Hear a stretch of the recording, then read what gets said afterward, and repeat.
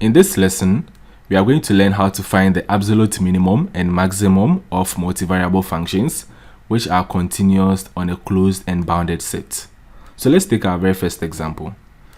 Find the absolute minimum and maximum of f of xy, which is equal to 4x plus 6y minus x squared minus y squared on the rectangle specified by D, which is the set of all ordered pairs xy such that 0 is less than or equal to x is less than or equal to 4, 0 is less than or equal to y is less than or equal to 5. So let's try to solve this problem together. So the first thing we are going to do is to try to find the critical point of this function, and then we make sure that the critical point is inside of the specified region D. Now if that is the case, we try to find the value of the function at the critical point. If the critical point is not found in this specified region, then we discard that and then we move on with the rest of the solution. So first of all, let's try to find the critical point. Now in finding the critical point, we need to determine the first order partial derivatives of the function with respect to x and then with respect to y, and then we set both of them to 0 and we try to find the values of x and y. So let's try to do that.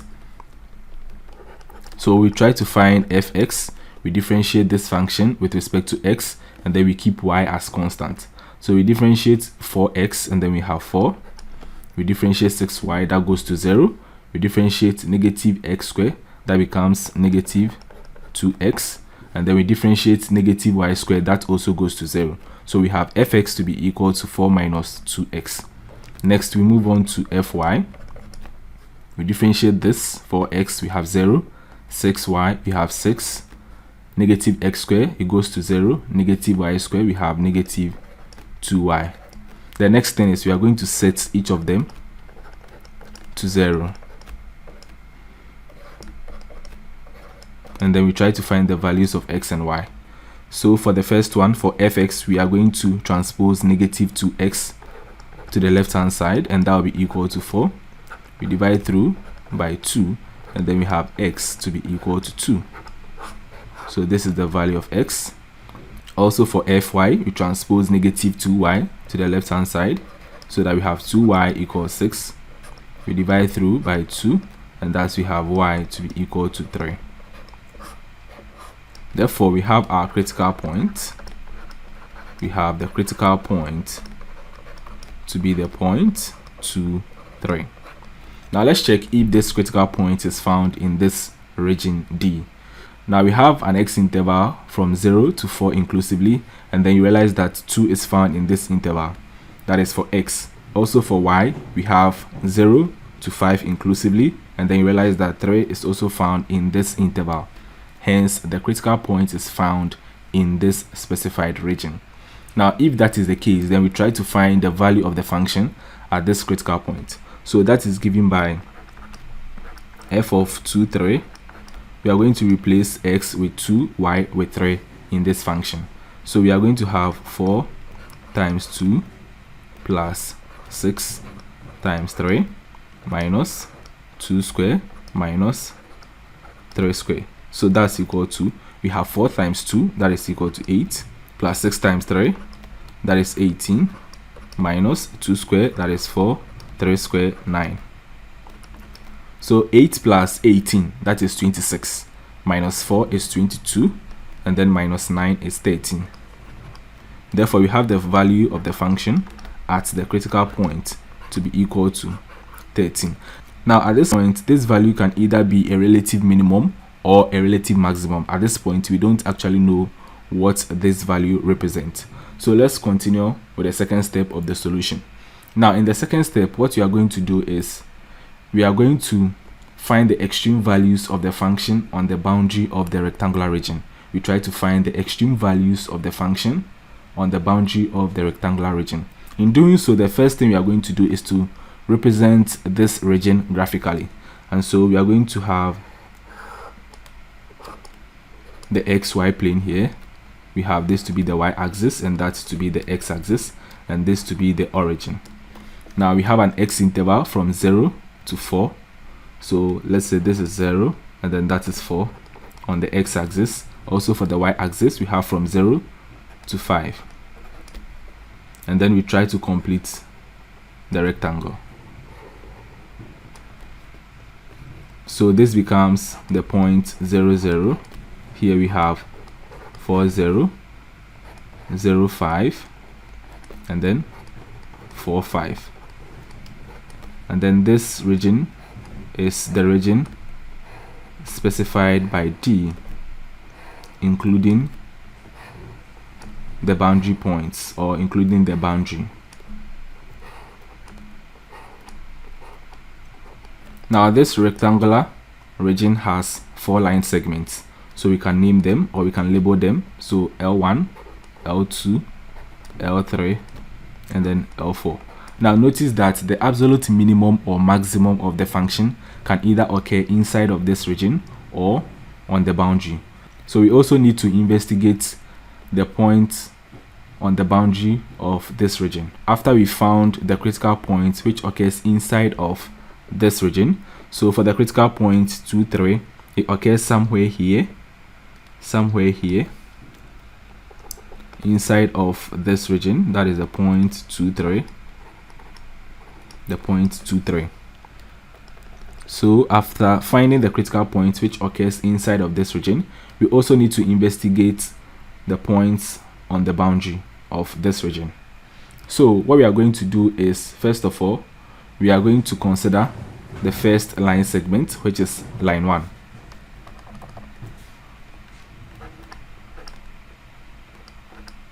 So for line 1, you realize that the x value changes along the axis. So from 0, we move all the way through to 4. However, the y value does not change. It remains constant. That is 0. So for line 1, we say that y is equal to 0. And then we have an x interval. 0 is less than or equal to x is less than or equal to 4. So for f of xy, that is equal to f of x changes along the axis. So we are going to maintain x. And then we have y, which is equal to a constant value 0. So we are going to substitute 0 in place of y in this function, in the original function given.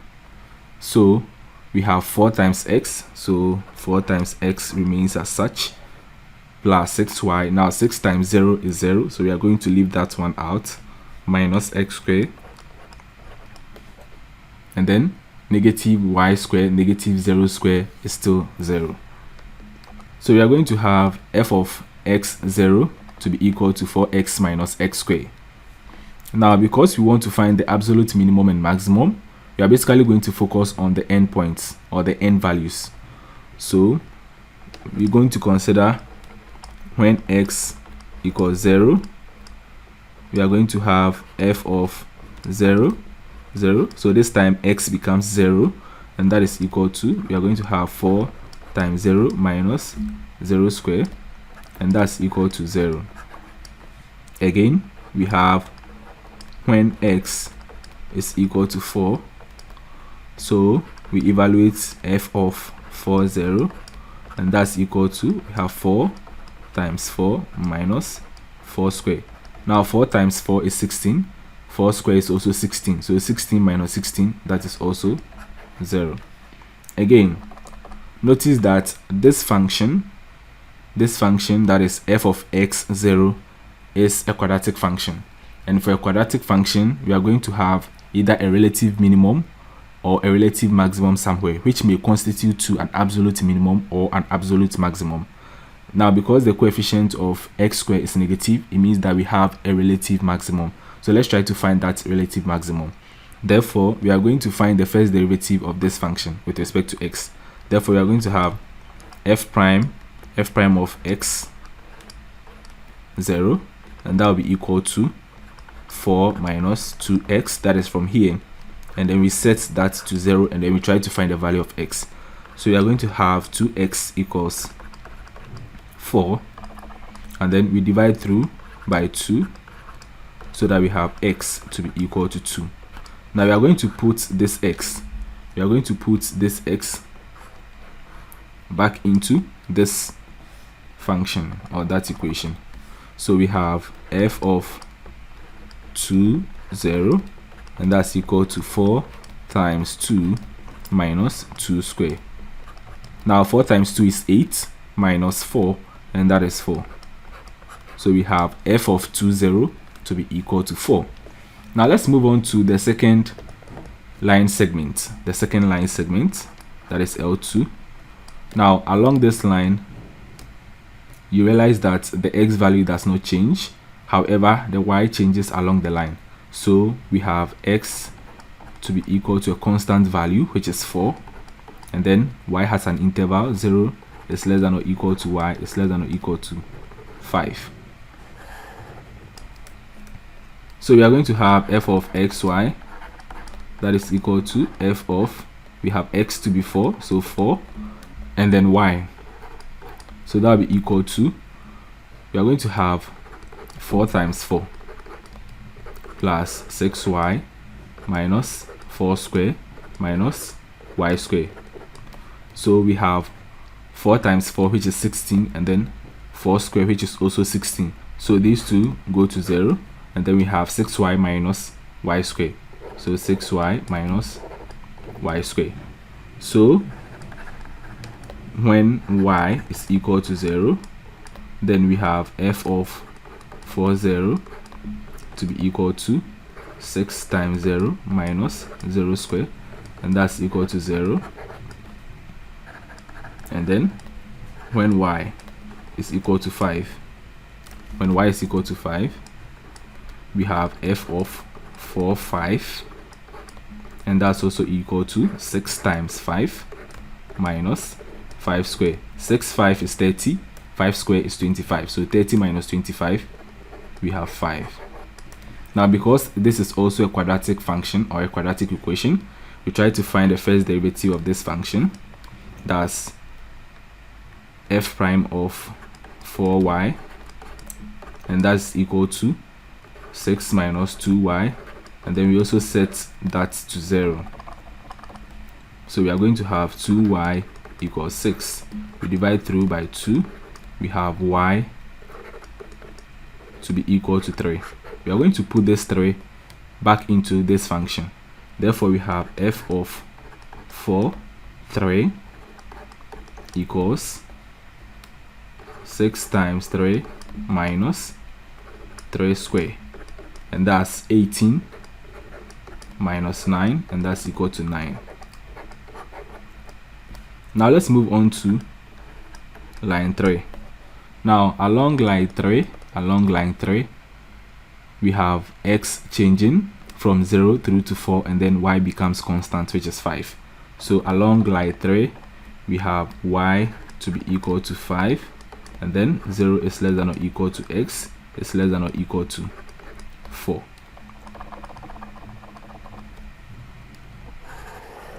So we have f of xy equals f of x 5, and that's equal to, we have the function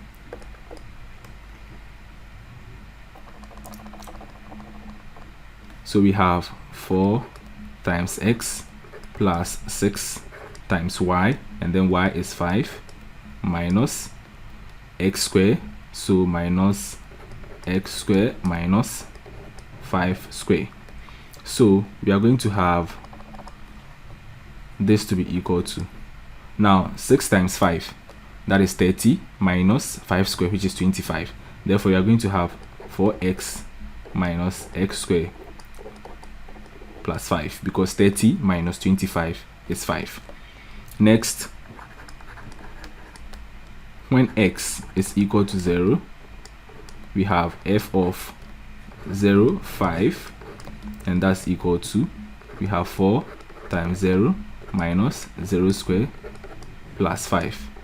So this is equal to 5, because this becomes 0 and that becomes 0.